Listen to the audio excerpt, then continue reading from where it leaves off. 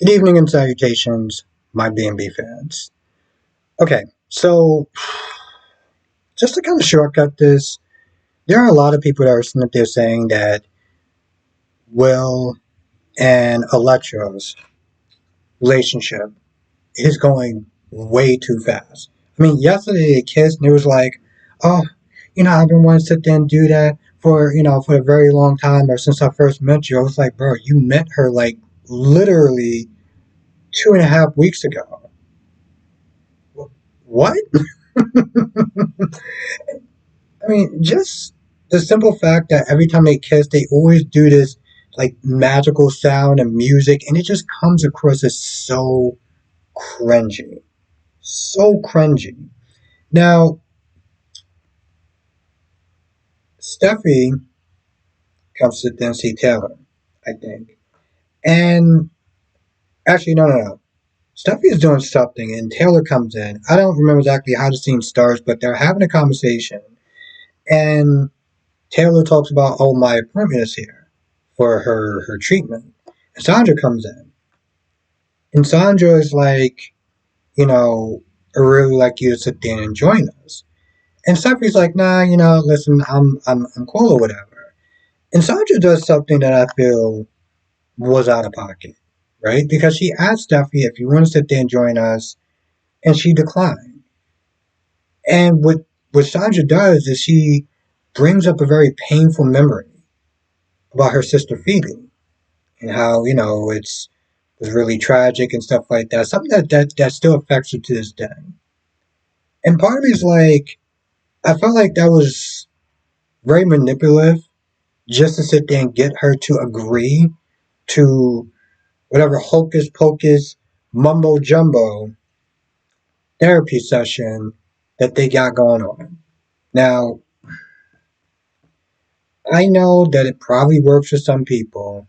Maybe it's just me. I'm more of a traditional sit in a chair, express your feelings, your opinions, and stuff like that, as opposed to this new age chakra, whatever that she got going on. Um,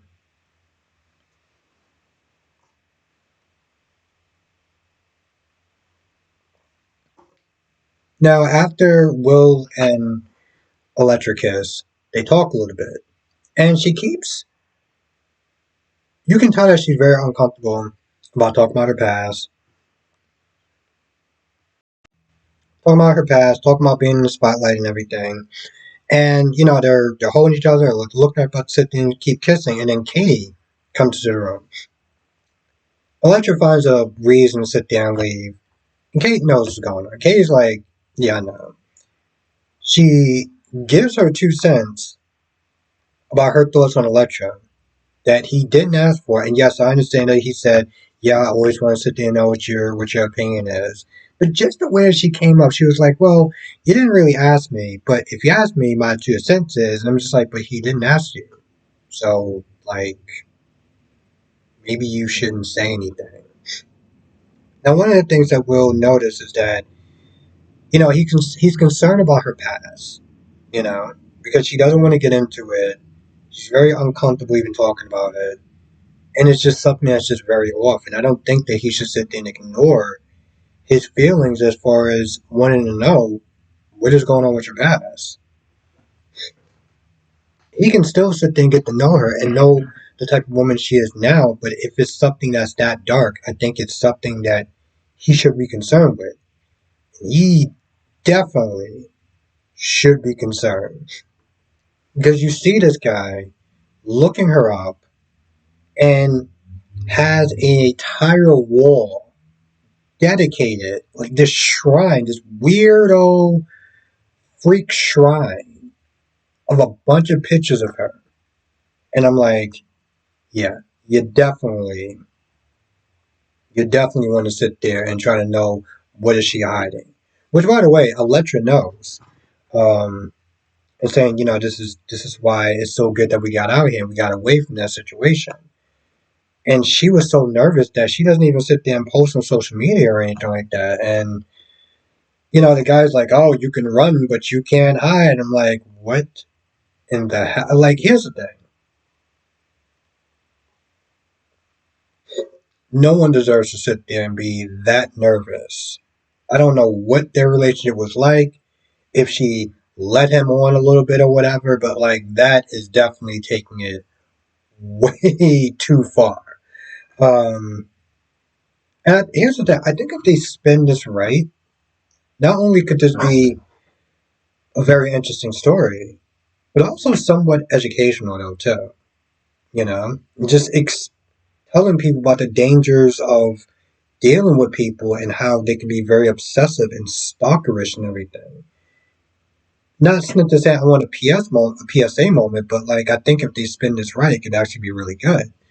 Now, Brooke comes in and talks to Ridge about her time being over there with Taylor, Taylor's comments about following her heart, what her suspicious is as far as like wanting Ridge back and everything. And then he briefly talked about Hope, which I am so glad that they talked about it for a little bit and then they moved on because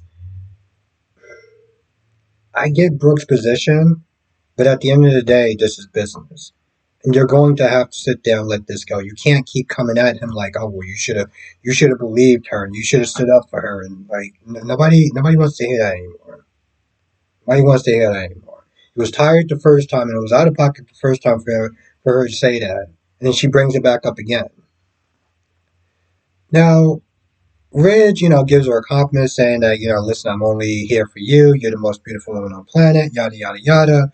And then they do this flashback, to the Rome and the key and the hole and everything like that. I'm just like, I really had to sit there and find ways to, like, fill up as much space as possible. I think it's personally kind of lame, but, it is what it is. I almost wasn't even going to actually do a review on this. I felt like maybe I should have probably did a review on the episode yesterday, but I just didn't have time. But the reason why I didn't feel like it was necessary today is because practically nothing wound up happening. And I say practically nothing, but the only thing that did happen is that we get to sit there and see just how we're getting glimpses of just how sick and depraved that this guy is. So I thought that was probably the best part. Like I said, I didn't really care about Sandra and her version of what she calls therapy. Um, Also, it's something, I mean, granted, I've said this a couple of times before, but there's a point where Steffi's like, oh, you're so inspirational to the kids, and you're loving, and you're this, and you're that. And I'm just like, I don't think that they understand or they care just how annoying and just how much that shit is so irking when they start over complimenting someone. You know how they constantly do that with Stephanie? Oh, Stephanie's so brave and she's so smart and she's so fire and she's so this and she's so that. And it's like, okay, we get it. We get it. You admire your daughter. We don't need to sit there and kind of hear the constant compliments over and over and over again. And it's the same thing with Steffi complimenting her mom. It's like we get it. You love your mom, you admire your mom, but the over compliments just gets to a point where it's like, damn, this is like, how long is this episode? Pretty much. Um, you can honestly just find clips of that part that I'm talking about with the stalker because everything else, except for the fact that Alexa knows about this situation, why they didn't say anything. I guess, to be fair, I guess they didn't sit there and say anything because I already knew that she was going to have problems working there because of her history with Steffi. So maybe they didn't want to sit there and bring that up. And I guess she just thought like, hey, listen, this guy is still in Australia or whatever, I imagine. And down to LA, so it's like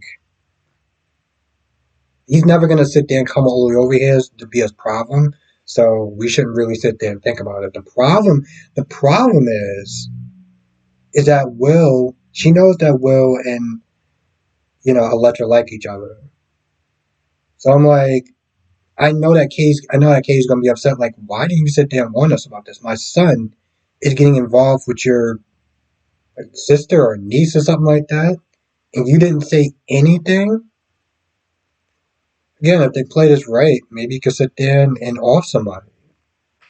I mean, when was the last time they actually did that? I actually had a stalker, a serial killer, or whatever.